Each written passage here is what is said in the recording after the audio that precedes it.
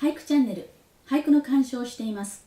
今日の一句は、あじさいや泡ば涼しく物言わん、細見綾子、季語あじさい、夏です。自由で不思議な感じのする綾子俳句です。まず季語はあじさいですが、さりげなく涼しいという言葉も入っています。涼しいは夏の季語です。では、季重なりでこの句はルール違反なのかというと、そんなことはありません。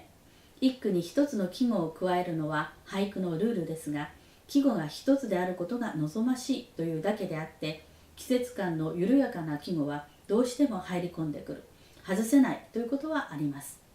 例えば、草田男の名句、宵月を蛍袋の花で指す。これは宵月は秋、蛍袋は夏の季語です。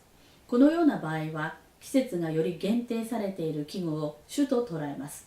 ですから年中ある月よりも蛍袋が季語として強いと解釈され、景句は夏の俳句ということになります。このような季語の性質がありますので、厳密には数は問いません。つまりは俳句として優れた出来になっていればそれでよし、そういうことです。ではこちらの綾子俳句に戻ります。季語はあじさい、ひらがなで柔らかく記し、やで切ります。あじさいやと英単で切り、あわば涼しく物言わん。会えば涼しく物を言おう。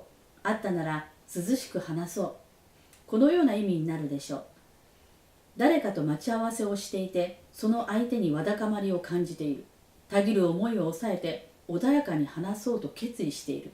といった人がありましたが、否定はしませんが、必ずしもそうではないと思います。あじさいの咲く頃、それは梅雨の雨の季節です。蒸し暑く、気分もうつうつとしています。女性ならば外出も気が進まず、買い物も先送りして、洗濯物も乾かない、油断するとカビが生えてしまう嫌な季節です。その時、雨が降っていたのでしょうか、あるいは重そうな梅雨の空だったのでしょうか。不意に目の前に鮮やかな青色が飛び込んできたのでしょう。おそらく青だったのではと思います。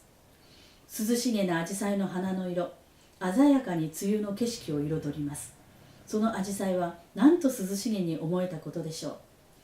アジサイの花を見て暑苦しいとは誰も思わないでしょう。アジサイの花を見て涼しげに思った、心が晴れる思いがした、そのような感覚ではなかったでしょうか。誰かに会ったならばと考えます。涼しげに話そう。ちょうどアジサイに出会った私のように、私と出会った方も同じように爽やかな涼しげな気分になれるように、私もこのアジサイの花のようになろう、そう思ったのではないでしょうか。美しいものと出会った時の感動をこのように自分のものにして行動に移していく、綾子らしい積極性を感じます。綾子にとって感動とは自分が変わることだったのだろうと思いました。実際自分が変わらなければ、どれだけ感動したと言っても称賛してもその出来事は無意味です。自分が変えられるほどの感動、それを伝えてくれる稀有な俳句、それが綾子俳句ではないかと考えました。皆さんはどのようにお読みになりましたか。今日の一句はあじさいや泡ば涼しく物言わん、細見綾子でした。それではごきげんよう。